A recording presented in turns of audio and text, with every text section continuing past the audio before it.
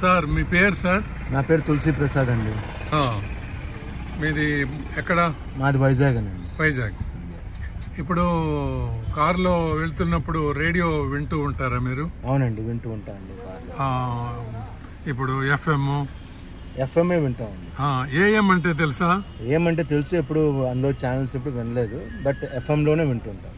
ఇప్పుడు అక్కడ మనకి ఎఫ్ఎం ఏఎం తర్వాత ఏముంది?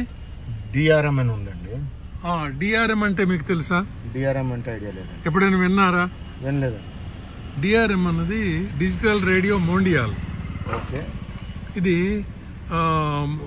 మామూలుగా ఎనలాగ్లో ఒక ఫ్రీక్వెన్సీ ఒక ప్రోగ్రామే వస్తుంది. ఇది ఒక డిఆర్ఎంలో ఒక ఫ్రీక్వెన్సీ 3 ఆడియోల వరకు maximum up to 3 audio services వినొచ్చు. తర్వాత ఈ ఒకటి జర్నల్ అయిన డేటా సర్వీస్ ఇది వస్తుంది సార్. ఓకేనండి. ఇది ఎఫ్ఎం క్వాలిటీ కంటే బాగుంటుంది. రైట్.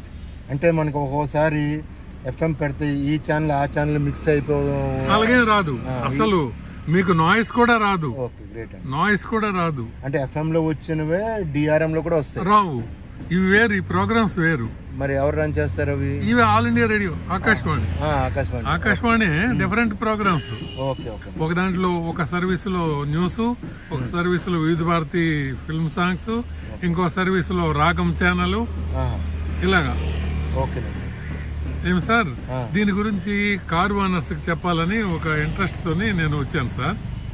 చాలా మంచిదండి. డిఆర్ఎం అన్నది మీకు అర్థమైంది కదా? అవునండి, ఇప్పుడు డిఆర్ఎం అనేది అర్థమైంది.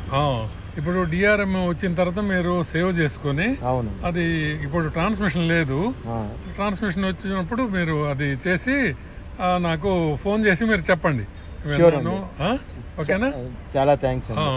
Thank you sir. Thank you.